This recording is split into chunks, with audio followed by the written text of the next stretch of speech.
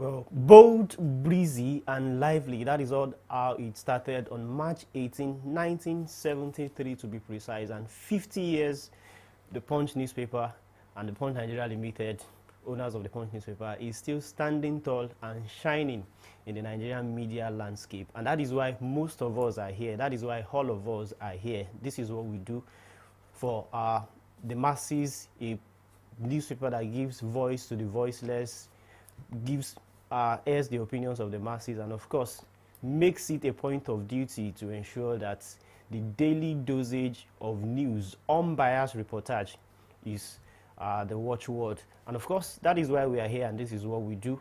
Welcome once again to another edition of our live studio here at Punch Newspapers, dedicated for the 2023 gubernatorial and House of Assembly elections across 28 states in the country today. 3 weeks apart, and we are back because we had the presidential election just 3 weeks ago. It was supposed to be 2, but for unforeseen circumstances it had to be 3, but then nothing will change that again. And today being March 18, 2023, it's finally going down in 28 states, and we are back here to give you all the updates and so many other stories around the country. My name is Abiodun Adewale, welcoming you to the Punch studio for the coverage of the 2023 gubernatorial and House of Assembly elections across 20 states in Nigeria. I will not be doing this alone. I have one of my delectable colleagues, Benga Oloniniro, who will be joining me as well. Yeah. How are you doing this morning? Quite breezy. Yeah, it feels good. It's election day, and a lot is being expected. I'm sure our readers out there also hoping to read quite some interesting updates from the Punch. Definitely. And of course, as Punch is 50 years, for us it's a golden jubilee. And I'm also glad to be part of this celebration. Of course. It's really a phase, and Punch has really done well, in terms of unbiased reporting, which, many people can attest to out there. Punch has really been standing tall. And of course, as it is 50, I'm sure we are ready to give more unbiased, critical reporting. Well, double dose of something special, if you ask me, because elections are special as far as Nigerians are concerned. And for us too, we're covering the elections today, and it's also the golden jubilee of the organization we are in. So, so let's say the golden jubilee reportage of the 2023 governorship and House of Assembly elections. So without wasting much time, before we dovetail into the issues of general election and State House of Assembly elections, let's quickly take you through some of the major headlines in the newspapers in the country. Where do we begin from? Charity, we say, begins at home. So we start with the Punch newspaper, the most widely read newspaper in Nigeria, and it's not just because we say it, it is because it is what it is. And where do we start from? This editorial standing tall, and those were the 3 words I picked from the first paragraph: bold, breezy, and lively. The Punch is 50 today, started with the Sunday Punch, and since then every other title, the Saturday and the daily editions, have followed suit, and it's been a roller coaster. I'm very sure we are not the ones to talk about this history, but then I'm very sure we've had a taste of what it is to be part of this organization, and you might just want to chip 1 or 2 before we take the headlines. Yeah, it's interesting because in a way our correspondents, journalists have won local, national, and international awards for their, for their great reportorial skill, which is also part of what makes us stand tall in the media house. All right, let's go straight to business and see what the headlines are saying in the Punch newspaper. Standing big and is screaming on the website this morning. Upsets likely as 28 states elect governors today. Upsets, Benga, if you ask me, 11 of 28 states, 11 of them, 11 governors are seeking re-election. Yes. And we will be spotlighting some of those states. But then, from what we have already, there will be 31 election. There will be 31. There will be election in 31 states this year. But for today, we'll have 28, while others will come much later in the year. But let's focus on what we have. People are already out, and 3 weeks after the presidential election, what is the body language? What is the atmosphere? What is the complexion? Well, talk upsets in the 2023 elections. Indeed, from the presidential election that held on February 25, we saw that there was a kind of redrawing of the political map in the country. In the country, sure. And what do we mean? We had a situation whereby some governors could not even some governors could not even deliver their states. And of course, some of them also who were seeking senatorial seats could not also win. For instance, in Benue, Governor Samuel Othon could not win the senatorial race. And of course, one of the big deal of the election is also here in Lagos State, where you have, everyone knows that Lagos State is a strong base for the presidential candidates of the All Progressive Congress. Who is now the president-elect, Asiwaju Bola Tinubu. You discover that the presidential candidates of the Labour Party, Peter Obi, actually flawed Tinubu in Lagos. In Lagos, sure. This is Lagos, where you also have a sitting governor of the All Progressive Congress in the person of Governor Babajide Sanwo-Olu. It shows that there's an offset going on in the country. We also have in Oyo State, you have the Tinubu again as well, flooring the PDP, despite the fact that the sitting governor is of the PDP. Is of the PDP, and so it shows that a lot is going on. In Kaduna, you also have where a sitting governor, the person of the APC, could also deliver the states for the APC. The PDP actually won in that state. So it shows that there is an ongoing redrawing of the electoral map. I remember when Governor Shemakide of the PDP was reacting to the fact that Tinubu won in Oyo State. It was like, well, the man beat me out there.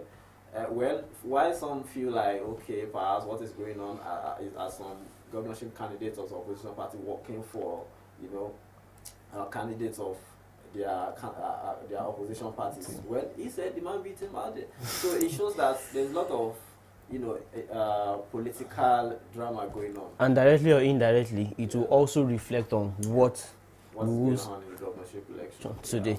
All right, something related to that headline. We have this one coming from groups that are urging the Independent National Electoral Commission, INEC, to uphold democracy as we also go to the polls today. The electoral umpire in Nigeria over time has been called and questioned over the organization of election in the country. The last one was not even an exception. We have people already filing cases, filing suits here and there.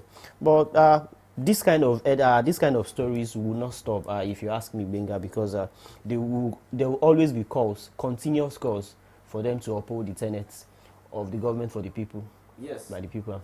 Being the electoral umpire, all eyes will be on there, sure. Remember, in the presidential and national assembly elections, the controversy trade the aftermath of the election, in the sense that majorly the opposition parties, the People's Democratic Party and the Labour Party, they raised objections. Yeah. Especially on the question of why were results not being uploaded as soon as possible from the polling units.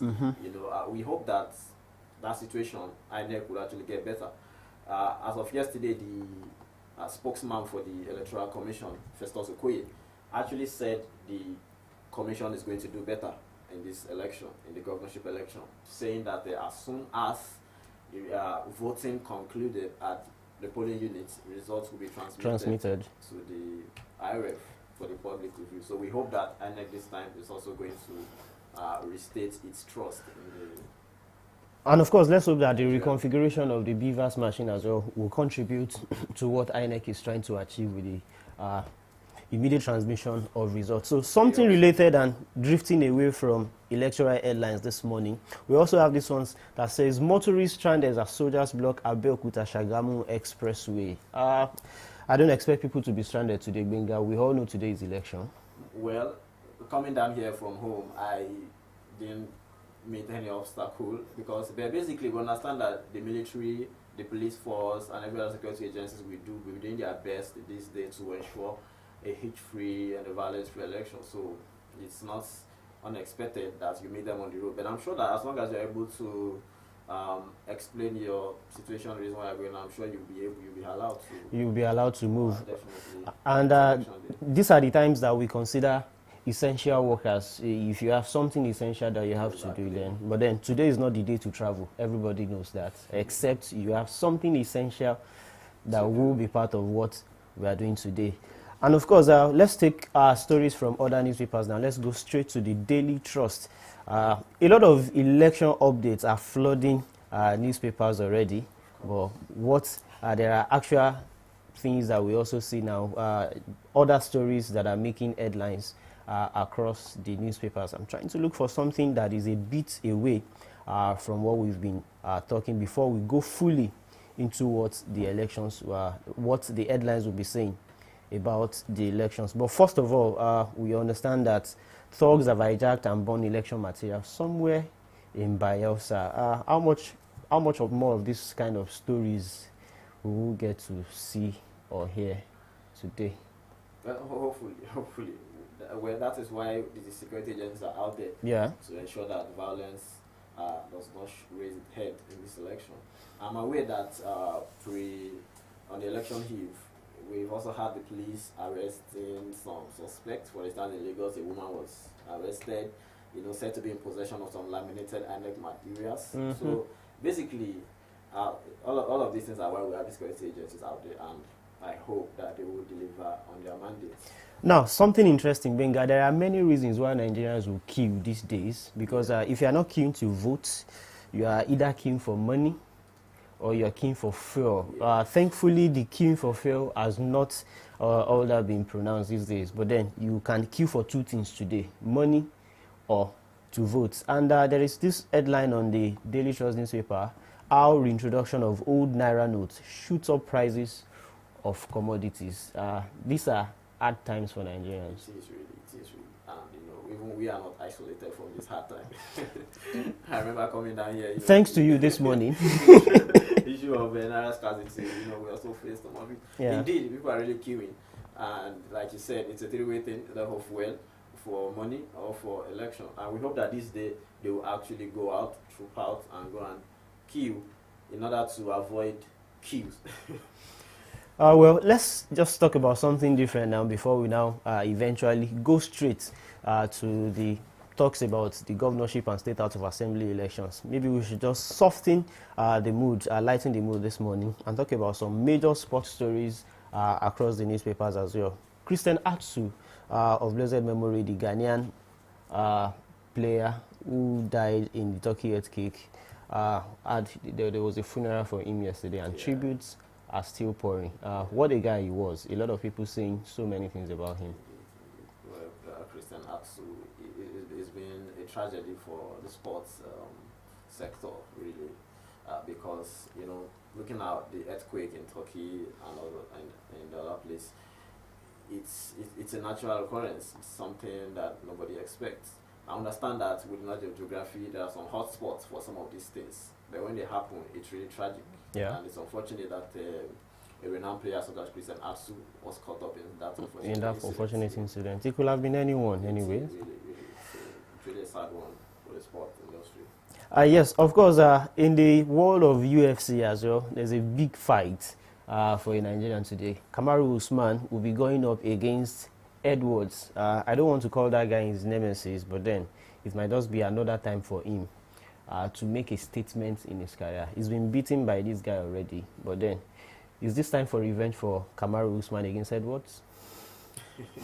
Well, let's hope so, because a lot of persons really are also interested in this recent surge in the sport industry. So let's hope all the players actually deliver. And well, I hope this is one fight that Nigerians will retire to eventually at the end of the day, because a lot of people will be interested in what is going on around the elections, but then this is just something that people can retire to later in the day. To calm their nerves. Just to calm your nerves, and let's hope the Nigerian nightmare, as Kamaru Usman will call himself now, will be able to give Edwards some nightmare going to that one. Without wasting time, let's go straight to the major business of the day, and that is to look at what the complexion of the 2023 gubernatorial and state house of assembly elections will be looking like across the 28 states of the federation, where we are having it simultaneously today. It's about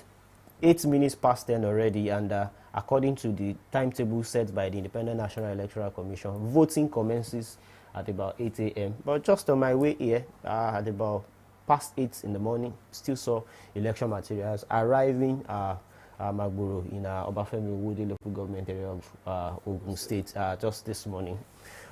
Things are not perfect, we understand, but then we understand that in some areas too, they are prompt, they are well, but then let's go straight into it. And barring any change, and of course at this moment there will not be any change, 28 states out of 36 will be going to ballot, are already in ballot today, and 11 of them are seeking re-election. And it makes it more interesting in those states, including Lagos, Oyo, and Ogun, where we are. Binga. Yes, well, coming down here, really, as much as I remember that in the last presidential election, there were issues of voting materials not getting to the polling unit on time. On time, sure. 8 a.m. Of course, I witnessed that as a reporter and reviewed. Also, it's not a one-way thing. I remember also some electorate were also seeing, or should I say Nigerians, really, were also seen playing football. So when I was coming down here, I saw some youths playing football. Really? Even in police stations on the road and all that. It also shows the, I wouldn't know, it also talks about how well are Nigerians participating in this particular election. Well, I hope that maybe when they're done with their football, they will actually proceed to the polling unit to go and cast their votes. Well, I hope they won't be too tired. I hope so too. Okay, but basically, indeed, the elections will be holding across 28 states of the Federation, and also in about 900 and we'll also be having about 993 state assembly constituency elections. So it's really a big deal. All right, like we said, 28, and of course, in other states where we have litigations and court judgments in the past, where there will not be elections, they include Anambra, Bayelsa, Edo, Ekiti, Imo, Kogi, Osun, and Ondo states, who will have their elections sometimes later. And in no particular order, so we'll be having elections in some states. But talk about why we are here. We'll take a break now, and we'll be back to give you more details about what will be going down in the state House of Assembly and gubernatorial elections in Nigeria. We'll be right back.